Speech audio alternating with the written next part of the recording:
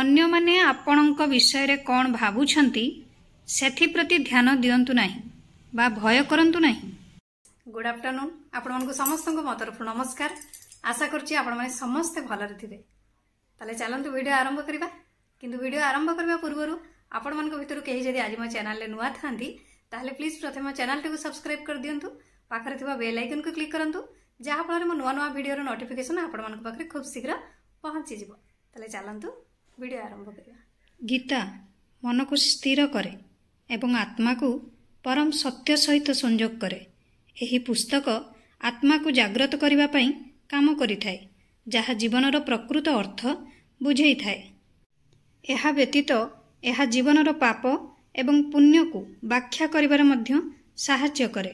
श्रीमद् भगवत गीता केवल एक धार्मिक ग्रंथ नुहे बरं जीवनर एक मार्गदर्शक आलोक।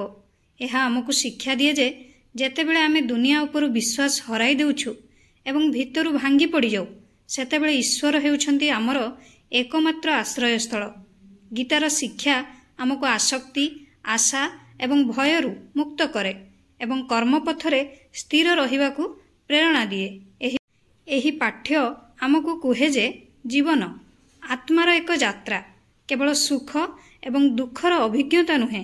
गीता मन को स्थिर करे आत्मा को परम सत्य सहित संयोग करे। एही पुस्तक आत्मा को जागृत करिया पई मध्य काम करिथाय जहा जीवनर प्रकृत अर्थ बुझाए। एहा व्यतीत एहा जीवनर पाप एवं पुण्य को व्याख्या करिबारे मध्य साहाय्य करे। एपरि परिस्थिति रे आजी आमे भिडियो माध्यम जानिबाकू चेष्टा करिबु जे जदि आपणकू बारंबार समालोचना एवं खराब कथा कुहा जाउछि तेबे गीतारे उल्लेखित एही कथागुड़िकू थरे निश्चित भावरे मने रखंतु।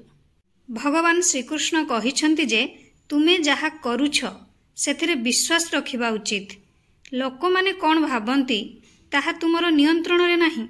जदि तुमरो मन बाणी एवं कार्य पवित्र तेबे तुमको विचलित हेबार आवश्यकता नाही। भगवान कृष्ण कहिछंती जे आमर प्रकृत स्वभाव हेउछि आत्मा। अन्य मानक मतामत किंबा परिचय नुहे। जेउ माने तुमको बुझी पारु नाहंती सेमाने केवल तुमर बाह्य प्रतिछवि देखुछंती तुमर आत्मा को नुहे। गीता उपदेश रे कुहा जाइछि जे समालोचना बा प्रशंसा बुझामणा एवं भल बुझामणा एसबु बाह्य जिनिस। जिए निजको जानिछि लोके कोन भाबिले न भाबिले ता पई एसबु किछि गुरुत्वपूर्ण नुहे। सेति पई आपण लोक माने कोन कहउछंती न कहउछंती सेति प्रति ध्यान दियंतु नाही। गीता उपदेश अनुसार जणे व्यक्ति जे आत्म प्रकाशित से कहार समालोचना किंबा प्रशंसा द्वारा प्रभावित हुए नाही। से कहार समालोचनार प्रतिक्रिया दियंती नाही।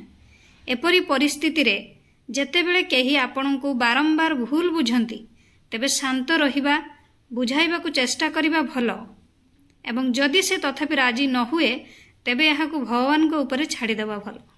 आशा करूची आपण मानक वीडियोटी भल लागिथिबो। जदि भल लागिथे ताले नियाती लाइक कमेंट शेयर सब्सक्राइब करि देबे। मते ताले विदाय दियंतु। पुणी देखा नेक्स्ट वीडियो रे। नमस्कार।